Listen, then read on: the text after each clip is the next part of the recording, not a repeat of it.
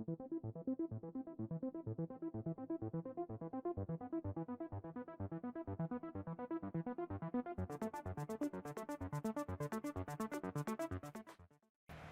everyone, welcome back to the range. My name is Matt, also known as the King of Armor Destruction and the Armor Wizard Zap Zap. Got a body armor test for you all today. Trying to clear out all of the level 3A soft or rigid pistol armor that I have piling up in my basement so we can get back to our level 3 plus and 4. So I have a go big or go home for you today. This monstrous 18 by 18 panel is from HWin. This is a flexible 3A panel. It weighs 3.2 pounds and is approximately 13 millimeters thick or 510 thousandths. In full transparency, HWin contacted me and asked to perform a demo or review on their panel. I'm not sure why they've sent an 18 by 18 other than they wanted me to get as many shots as possible on a single sample. They do offer 8 by 10, 10 by 12, 11 by 14, etc. Here at my channel, we're, blended on the heavy side of data versus entertainment. I try to throw some dad jokes here and there, but sometimes they're not very funny. So I try to stick to a lot of NIJ constants. Since this is soft pistol armor, we shoot at 7 to 10 feet. We have a Proconal Pal digital DLX that we use to capture the velocity because that is key in determining an armor's performance. We also use a giant clay briefcase filled with Aromaplastilina #1. I think today I actually have the off-brand Plastilina clay that will do nicely for us. It's about 80 to 85 degrees outside today and sunny and humid. I'm going to probably be covered in sweat by the time I'm done today. Basically, we're trying to find the upper limits of our 3A. We're going to shoot a bunch of random threats at it. I have a spreadsheet here at the beginning that I kind of foreshadow all the threats, and we fill it out at the end with the velocity if we capture it and whether it penetrated or not. I'm not sure if I'll need all of those spots that I've marked on our plate down there, but again, per the NIJ, I want to keep our shot spacing at a fair hit standard, so that's 2 inches apart from each other. Typically with polyethylene, you can stack rounds pretty close to each other, but we want to keep 2 inches and 2 inches from the edge. Up first, I have our CZ Scorpion Evo 3 S1 SBR. This has a 7.72 inch barrel on it. We get some pretty good velocities out of the 3 9mm loads that I have here. I have L7A1. There's a 124 grain full metal jacket going pretty fast. I have our Liberty Civil Defense 50 grain all copper round, known for speed and known for penetrating types of aramid fiber. Polyethylene presents more of a problem for it. And then I have some 115 grain black tip IMI Samson loads. Pretty much the black tip just means that it's a higher pressure. I'll take that shot last, our Liberty Civil Defense second, and then our L7A1 first. We'll mark a lot of these shots on the plate, and then after a few, we'll go down and check out what they did.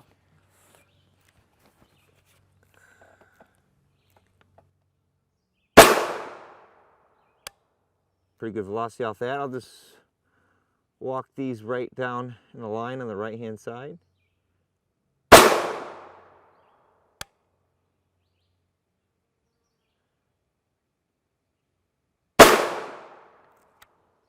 Nice.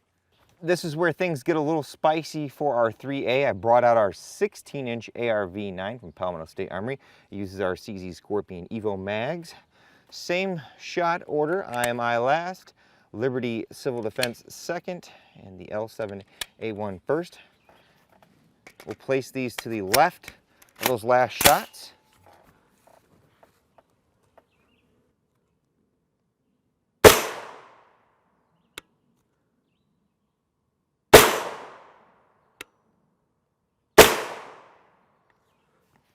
And now for my 5.7 fans, we bring out our Keltec P50. This is a neat little top loading. The top of the action breaks apart right here, and we use our FNP 90 magazines. This has an 8-inch barrel. We have some very common 5.7 loads here. We have the American Eagle TMJ 40 grain full metal jacket. We have SS197 SR, that is the sporting round, a 40 grain VMAX lead core. We have SS198 LF, that is a 27 grain OTM with an aluminum core. There is no steel inside of it. That is a 2020 lot. All the 2019 and newer lots have a cantilever. I haven't figured out why they added a cantilever other than maybe bullet identification. And then finally we have Vanguard Outfitters Black Dragon Fang. That is a 34 grain solid copper round. Going pretty darn fast, although I think I might have gotten a bum lot because some of the velocities on it have been pretty low. We'll take that shot last. Take a couple shots of SS-198 LF.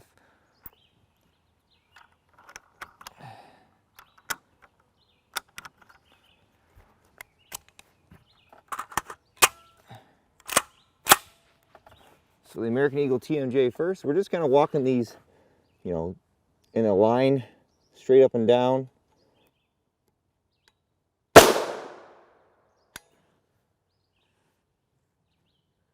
Yeah, really bad velocity on that American Eagle TMJ. Yuck. Now the SS-197. I've been noticing lately the American Eagle TMJ has not been cycling the action.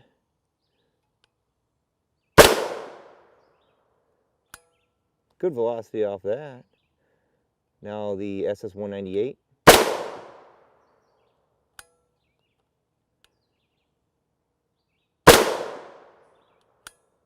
Let me go check the shot placement. All right, and finally the Black Dragon Fang will be by the H on HWin on the left side. And now for a somewhat rare but interesting threat in 5.7. This is factory SB-193. This is a 60-61 grain projectile. The original lots that I had were 55 grain. I think they up the bullet weight to help it cycle in our 5.7. Typically the 55 grains never have an issue in our longer barrel lengths. This bullet is kind of peculiar in that it has a bimetal jacket that attracts a magnet, but it has a lead core. Given that it is subsonic, meaning below the sound barrier, it has some kind of weird ability to penetrate soft armor, even rigid. We have a Kestrel 22 added to our P50 here.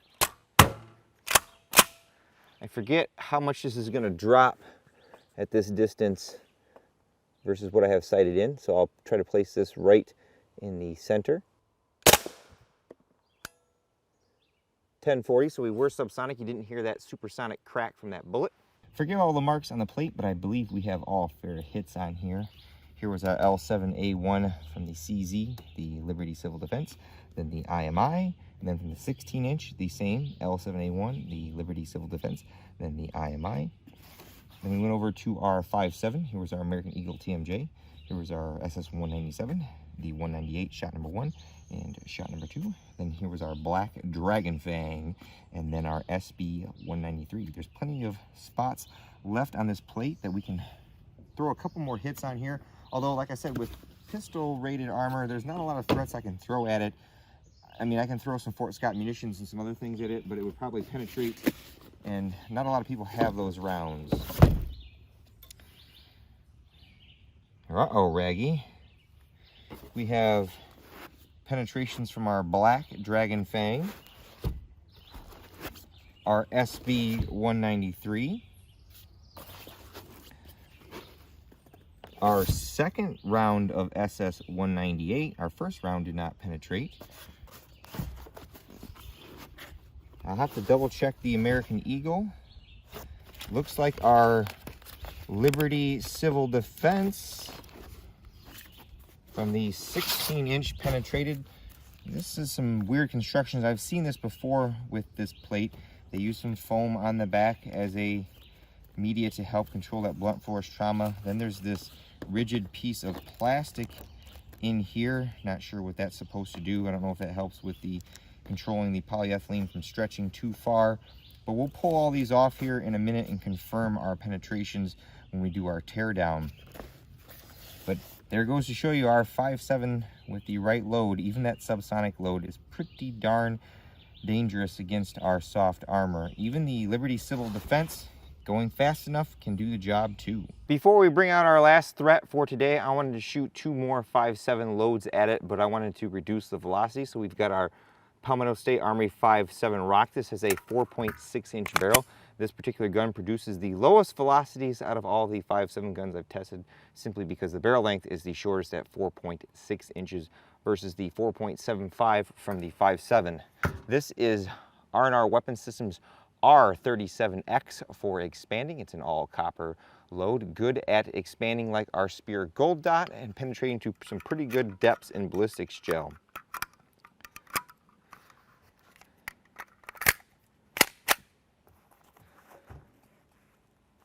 Get lined up here.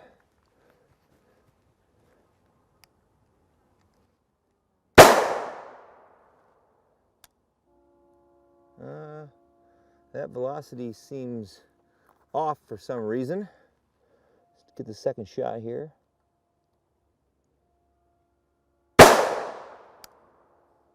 Much better velocity, right around 1900 feet per second that time.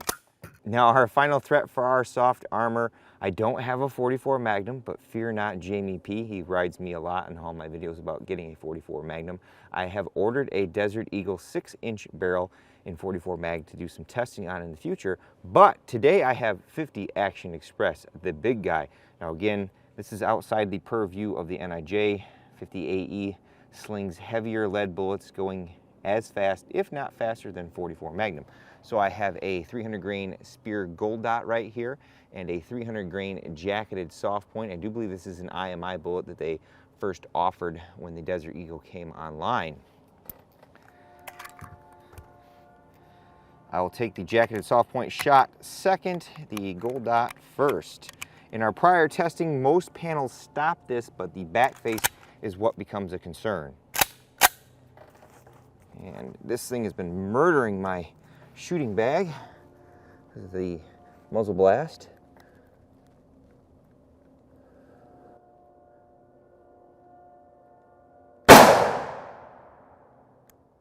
Pretty good velocity off that. And now our jacketed soft point.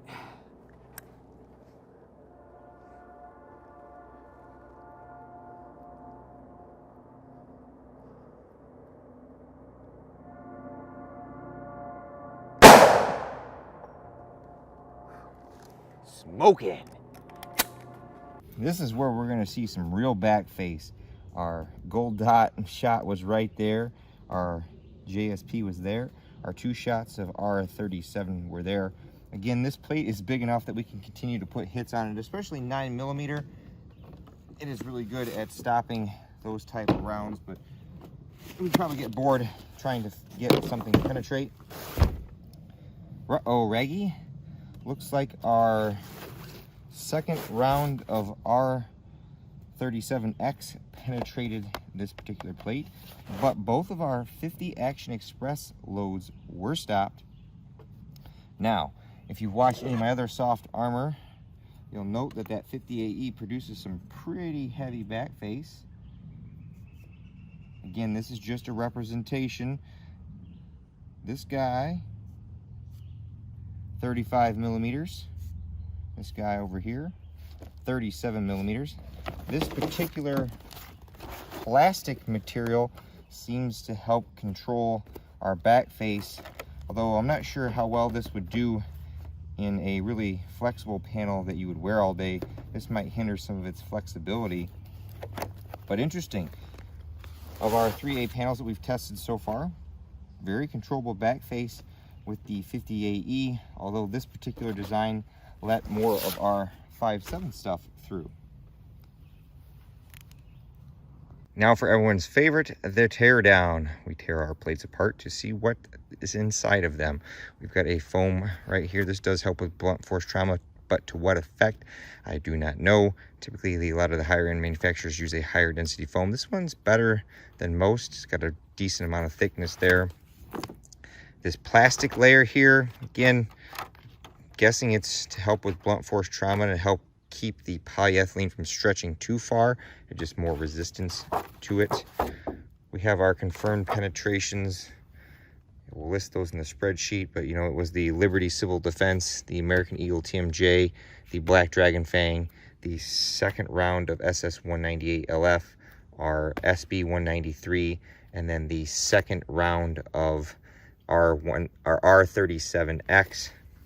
There's just a bunch of layers of polyethylene here. I'm not sure if the fibers or the layers are directional or if they're making them, what is it? Or if they're rotating each layer. It's really hard to see. These look like the layers are running this way, the fibers, and the same on these ones. My biggest point for better performance on any polyethylene that's soft is that we need to sew the outer perimeter, or at least sew the corners, so that the longer you can keep all of these layers together, the better it will perform. These come apart rather easily. See if we can find those big slugs here. Should be in here somewhere. Here's our SS198LF. If it deforms like this, where it pushes the front over and mushrooms over, it typically will get stopped.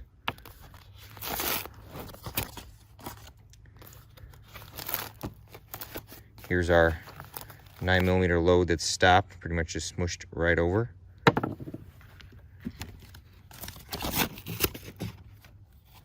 Here are our big two fatty 50 AE loads. The gold dot actually makes it further into the panel than the jacketed soft point, maybe because it expands earlier on, but it's pretty neat at how this material is able to slow down and stop bullets. Well, there you have it, Richard at HWin. I'd say your plate didn't do too bad. I probably didn't need the huge 18x18 panel. 2 10x12s probably would have better served us for our ballistic testing. But again, polyethylene is showing that it can take a lot of hits, and normally in close proximity. Only when we shot some obscure threats at them that are outside of the purview of the NIJ were we able to penetrate this particular plate. Again, I always offer constructive criticism towards the manufacturer or reseller of these plates to better their products based, again, on my experience, which is all redneck science. I have no doctorate or any kind of advanced engineering degree in any of this material science, but it's just all based on experience.